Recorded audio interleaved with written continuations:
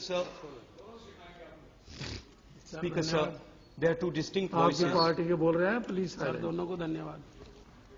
Speaker, sir, there are two distinct voices among India today. One of these voices is a louder voice.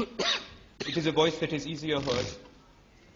It is the voice of empowered India, an India that has shown the rest of the world what it is capable of doing, an India that is educated, an India that is moving forward rapidly. There is another voice in India today. This is a deeper voice, and it is a voice that is heard reverberating around the country.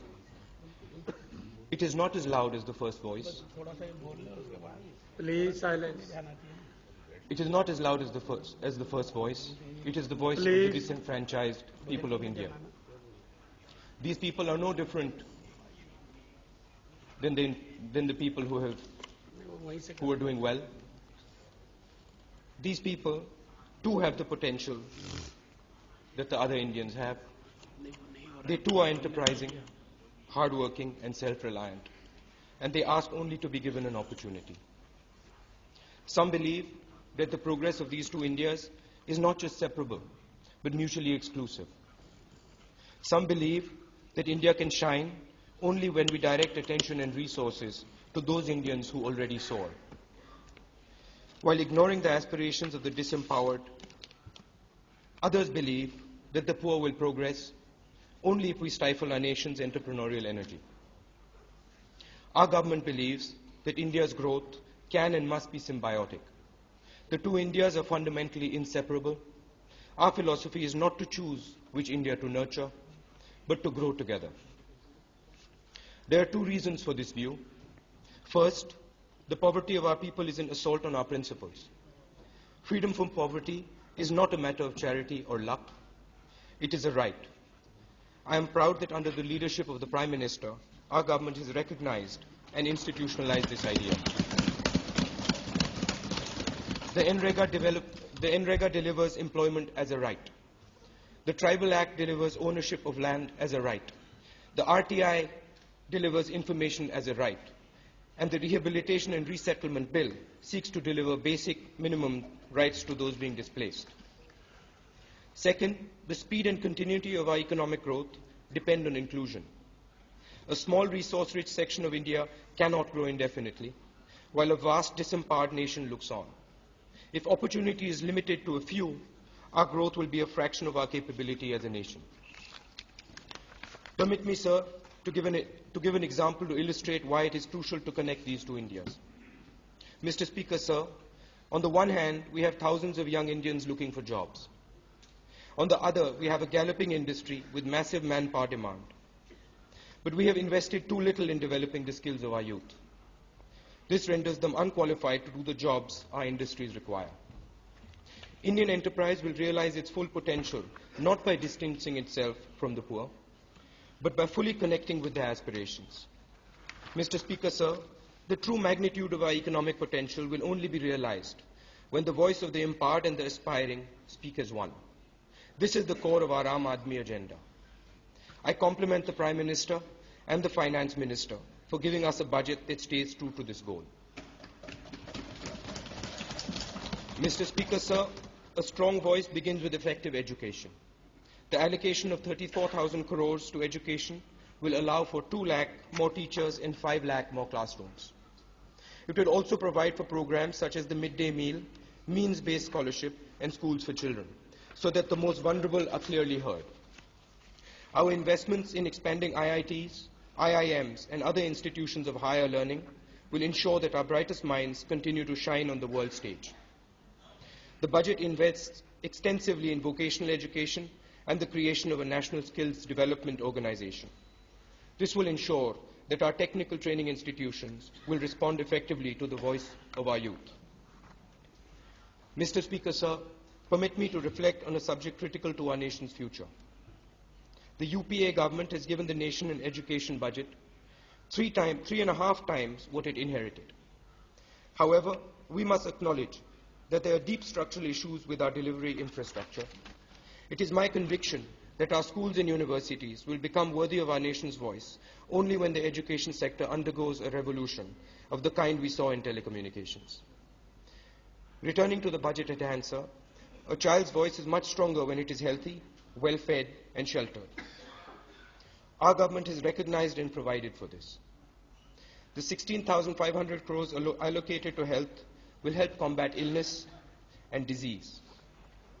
Allocations to programs such as Bharat Nirman, the Indira Awas Yojana, Pradhan Mantri Gram Sadak Yojana, and Rajiv Gandhi Drinking Water Mission are delivering to Indians everywhere a minimum standard of life. The budget pays special attention to the poor and makes provisions to support our most marginalized people. The allocation plan for NREGA will take the program nationwide and give every eligible Indian access to basic social support. The allocation to the Backward Regions Grant Fund will allow us to correct inequalities by directly targeting devastated and chronically neglected regions such as Bundelkhand and KBK. This year's budget has specially heeded the plea of the debt-ridden farmer. A historic decision has been taken to free 40 million of our poorest farmers from the bonds of indebtedness. This decision has corrected a grave injustice and given our small and marginal farmers the ability to look to the future with hope. Mr. Speaker, sir, our nation's social objectives are being achieved without burdening the economy or the taxpayer. Our economy has grown at 8.8% under the stewardship of the Prime Minister.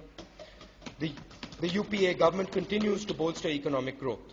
The exemption threshold for personal income tax has been raised to 1,50,000. The government maintains its sharp focus on enabling enterprise through the creation of infrastructure. For example, the allocation for road transport and highways has risen 70% to rupees 17,550 crores during the tenure of our government. The continued emphasis on Jawaharlal Nehru National Urban Renewal Mission encourages states to build urban infrastructure capable of absorbing the massive migration to our cities. Mr. Speaker, sir, I would like to put forward some suggestions. The loan waiver brings tremendous relief to our farmers. I have discussed the scheme with several experts and would like to make 2 points. First, the current ceiling of 2 hectares for eligible farmers does not account for land productivity and excludes deserving farmers in poorly irrigated areas. I refer specifically to dry land areas like Vidarbha. Perhaps, sir, we could consider making the land ceiling variable based upon land productivity. Second, Speaker, sir, in some parts of the country, the cropping cycles are such that the bulk of loans that have been taken out after the cutoff date of March 31st, 2007. A single cutoff date unfairly penalizes farmers in this region. So it would greatly help if localized cutoff dates were considered so that every deserving farmer benefits from the waiver. Finally, sir, I would like to make a few suggestions regarding service delivery, accountability, and transparency in institutions. Recently, some colleagues of mine and I conducted an evaluation of NREGA in our constituencies and high-performing states. We compiled a set of recommendations that we presented to the Honorable Prime Minister. Mr. Speaker, sir, I humbly submit to the Finance Minister that a host of government programs would be better implemented if fund transfers are linked to achieving RTI and social audit objectives. Sir, the budget establishes total financial inclusion as a key objective and specifically targets SHEs as instruments to access credit.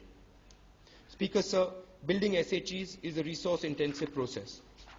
I humbly request the FM to consider budgetary provisions and incentives to encourage states to build SHE networks which comprehensively cover the poor. Finally, sir, in dwelling upon accountability and transparency, I cannot omit to mention our Panchayati Raj institutions. Panchayati Raj brings the voice of even the poorest Indian into decisions shaping their lives. Therefore, Mr. Speaker, sir, I humbly urge the Finance Minister to place PRIs at the center of program implementation and create incentives for the states to do the same. With that, Mr. Speaker, sir, I conclude my submission by once again complimenting the Prime Minister and the UPA government on a landmark budget. Thank you. Sri A. Krishnaswamy.